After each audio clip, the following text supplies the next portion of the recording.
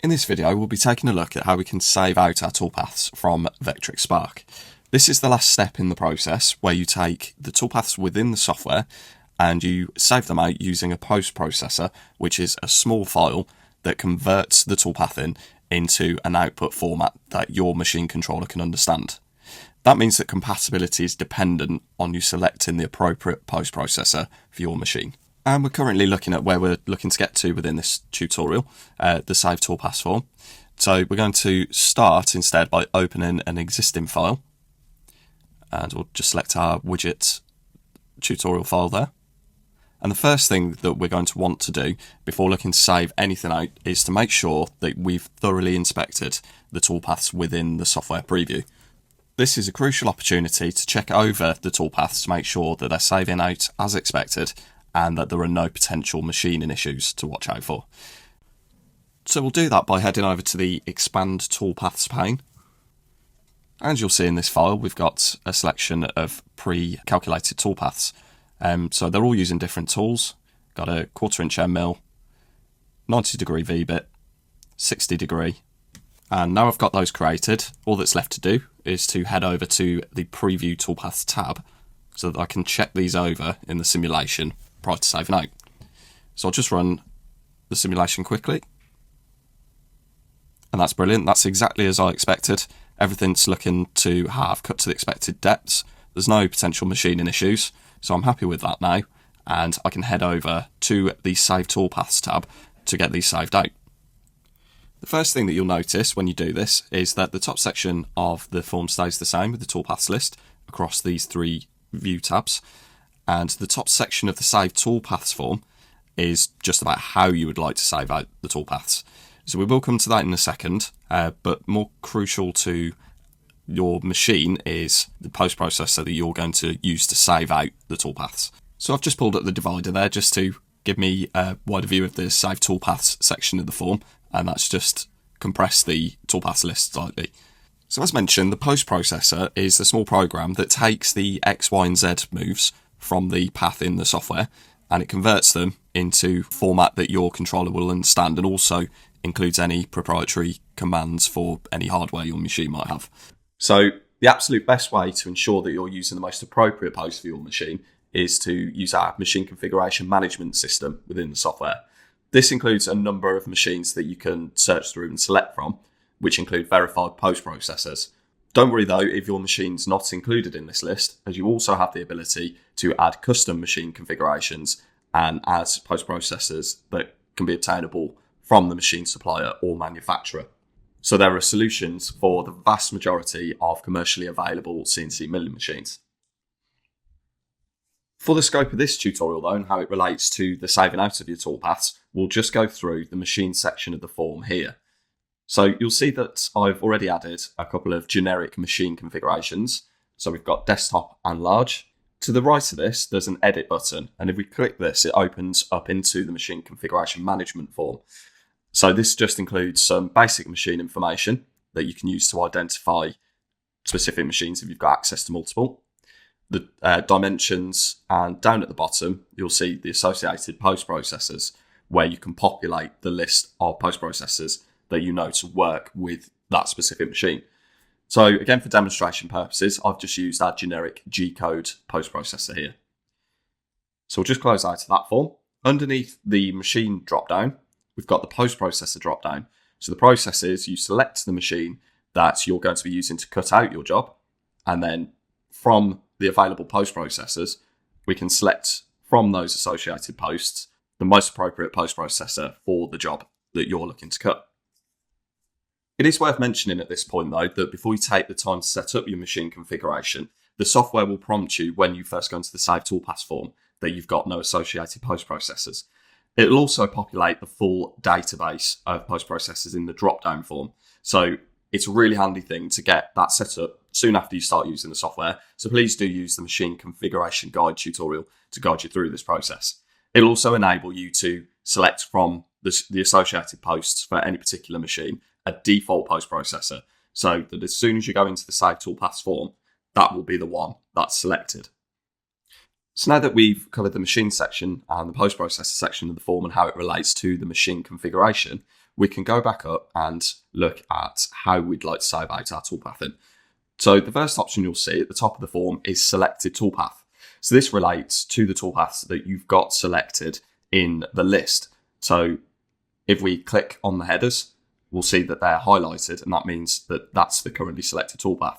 You'll see as I move through the list of toolpaths, under the part of the form where you select how you'd like to save them out, there's a list, and this shows you which toolpaths are to be saved.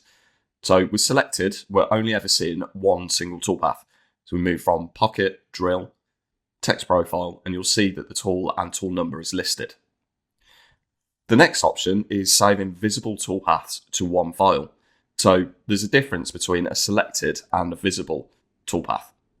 So selected toolpaths are those that we click on to highlight, and visible toolpaths are those which have the visible eye icon next to them and you can see them drawn within the workspace.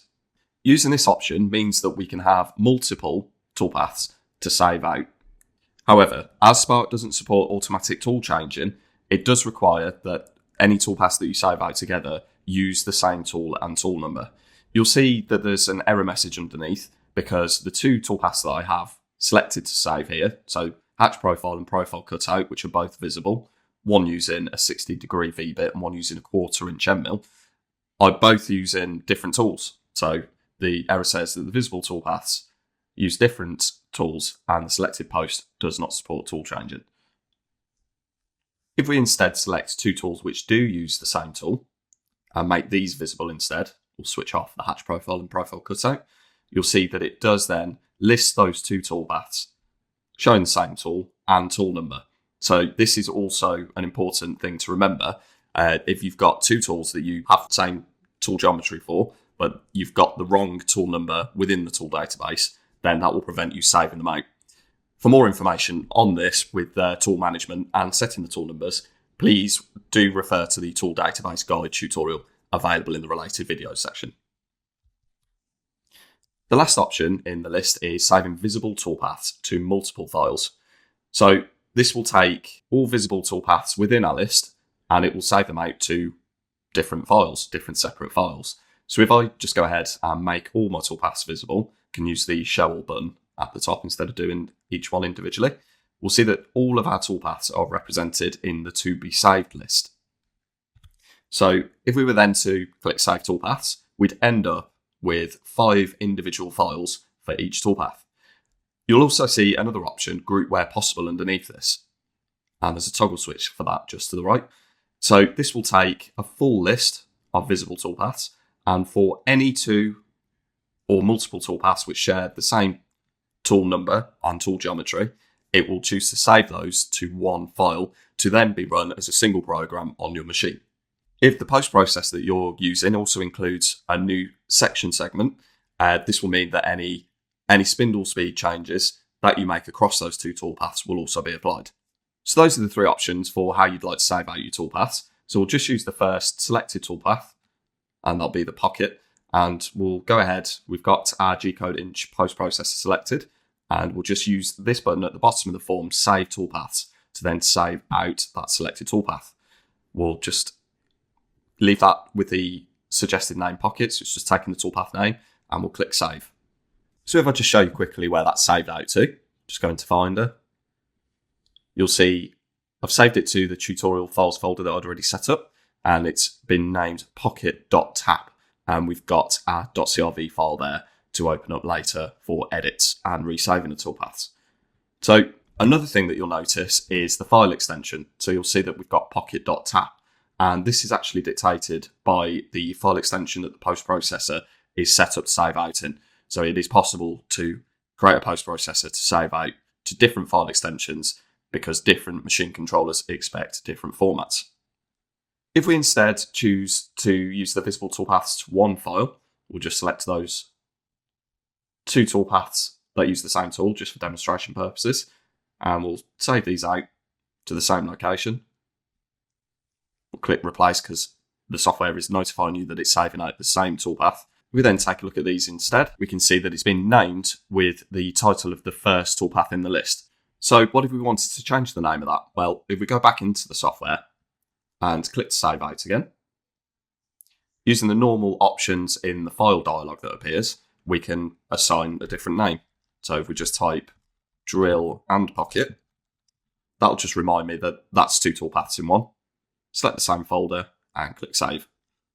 And then if we do the same and take a look at the folder location again, you'll see that it's been saved out drill and pocket.tap. And again, if we head over to the software and have a look at what we get if we save all visible to multiple files, click save, we'll give this the shortened name of the job. So we just call this widget, click save, and we'll take a look at what we've got there. We'll see that for now, we've actually still only got the single toolpath file. And that's because we selected save all visible and we only had the one toolpath visible. But it just allows us to look at the naming format. So we called the file that we chose to save widget. And in the naming format that's default to Spark, we get our chosen name, custom name, and then underscore 1-2, so that's the pocket and the drill toolpath, -pocket, which is the name of the first toolpath in the list. So for a second, we just delete that, then go back into the software. We then show all and save out all of our toolpathing using the visible toolpaths to multiple files with group where possible selected. We'll click save, click replace to replace that initial pocket toolpath that we saved out. We'll see that that naming format is consistent. So in this case, we kept the default pocket name that was taken from the first toolpath in the list, or this, if you chose to type in your own custom name, would change that. And then we've got underscore, the number, so the ordering of the toolpaths in the list, and then hyphen, the toolpath name in the list. One last thing to mention on the toolpath saving process is a lot of the time when we're saving out toolpaths to then transfer over to the machine controller, we're looking to save them to removable drives. We would always recommend that you first save out locally to your hard drive before you then make a safe copy and transfer these over to USB sticks or whatever method you're using to transfer the files. But for now, that concludes our overview of saving toolpaths within Vectric Spark. So hope you found this useful, and thanks very much for watching.